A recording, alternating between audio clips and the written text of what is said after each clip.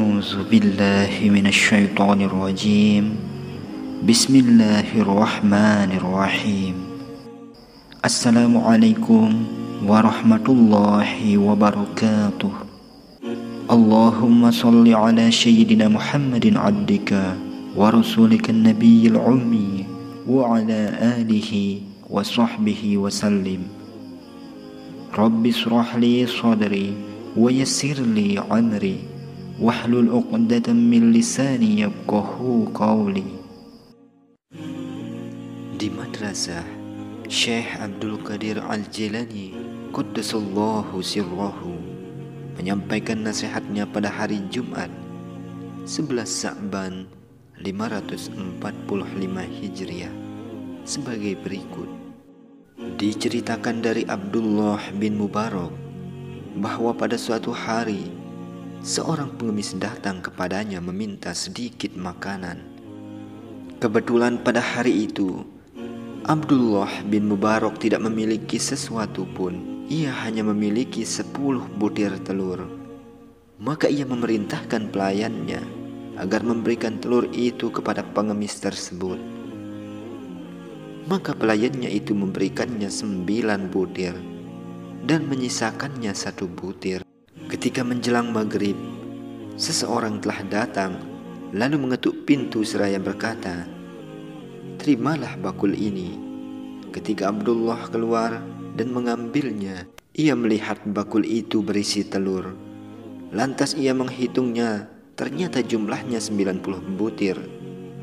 Maka ia berkata kepada pembantunya, "Di manakah telur lainnya? Berapakah yang engkau berikan kepada pengemis tadi?" Pembantunya menjawab, "Aku memberinya 9 butir dan aku menyisakannya 1 butir untuk berbuka." Maka Abdullah berkata kepadanya, "Sesungguhnya engkau telah berhutang 10 butir." Demikianlah keadaan muamalah mereka dengan Tuhannya. Mereka sangat yakin terhadap apa yang telah dijanjikan dalam Al-Quran maupun hadis. Mereka sama sekali tidak menyalahi Al-Quran dalam seluruh gerak dan diamnya, serta dalam mengambil atau memberinya.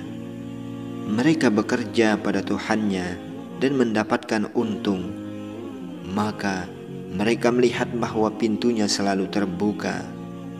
Kemudian mereka pun memasukinya. Mereka juga melihat bahwa pintu selainnya tertutup, maka mereka menjauhinya. Mereka setuju kepadanya mengenai selainnya, dan mereka tidak setuju kepadanya dalam memurkai orang yang dimurkai, maupun mencintai orang yang dicintai. Oleh karena itu, sebagian dari mereka berkata, "Setujuilah Allah pada makhluk, dan jangan setujui makhluk pada Allah. Merendahlah kepada orang yang rendah hati, dan sombonglah kepada orang yang sombong. Para wali itu selalu di sisi Allah Subhanahu wa ta'ala, menolong agamanya, mengalahkan nafsunya dan selainnya.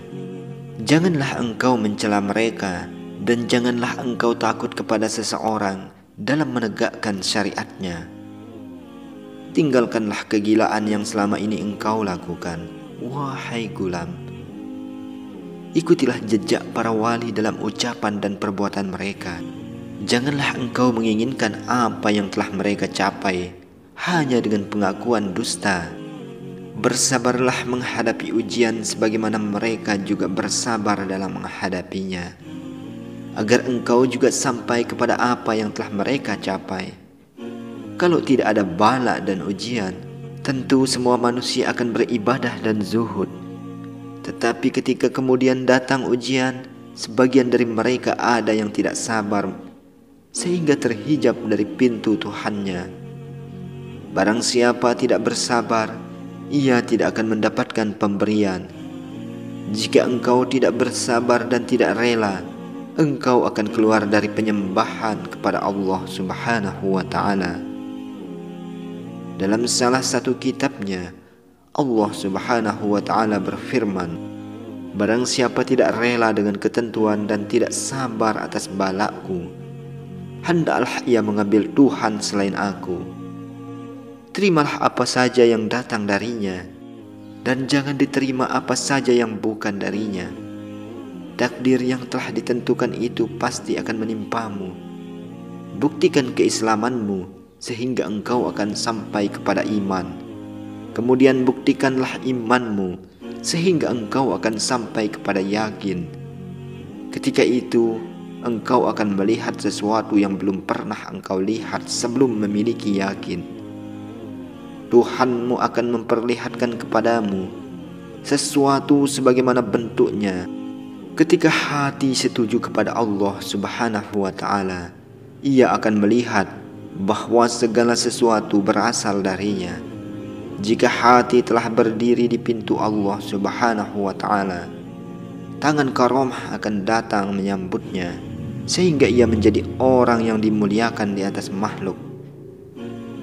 Hati yang benar adalah yang patut untuk Allah Subhanahu wa ta'ala. Itulah hati yang amat mulia. Nurani yang bersih dari kotoran juga amat mulia. Sesungguhnya keduanya telah dimuliakan oleh Allah Subhanahu wa ta'ala. Engkau akan memiliki sifat pemurah dan mementingkan orang lain dalam mentaati Allah Subhanahu wa ta'ala. Wahai kaum, bukan dalam mendurhakainya. Setiap kenikmatan yang digunakan untuk bermaksiat sama dengan membiarkan kenikmatan itu hilang. Sibukkanlah bekerja dengan tetap mentaatinya, agar engkau dekat dengannya, sehingga cita-citamu adalah dengannya, bersamanya, bukan dengan selain dia, dan bukan bersama selain dia. Maka ketika itu makananmu adalah dari kemurahan dan karunia-Nya yang sama sekali tidak engkau duga dan tidak engkau pikirkan. Nafsu adalah hijab darinya. Jika nafsu itu hilang, tersibaklah hijab. Oleh karena itu, Abu Yazid Al-Bustami rahmatullah alaih berkata, ketika aku melihat Tuhanku dalam mimpi, aku pun bertanya kepadanya, bagaimana jalan untuk sampai kepadamu, wahai Tuhanku? Maka dia berfirman, tinggalkanlah nafsumu dan kemarilah, maka aku akan mengelupaskanmu darinya seperti ular mengelupas dari kulitnya. Sesungguhnya Allah Subhanahu wa ta'ala bertentangan dengan nafsu, bukan dengan lainnya. Maka dia memerintahkan agar meninggalkan nafsu, karena dunia dan segala isinya selain Allah Subhanahu wa ta'ala adalah para pengikut nafsu. Dunia itu amat disenangi nafsu, demikian pula akhirat. Sesungguhnya Allah Subhanahu wa ta'ala berfirman, di sana ada apa-apa yang diingini oleh nafsu dan lezat dipandang mata.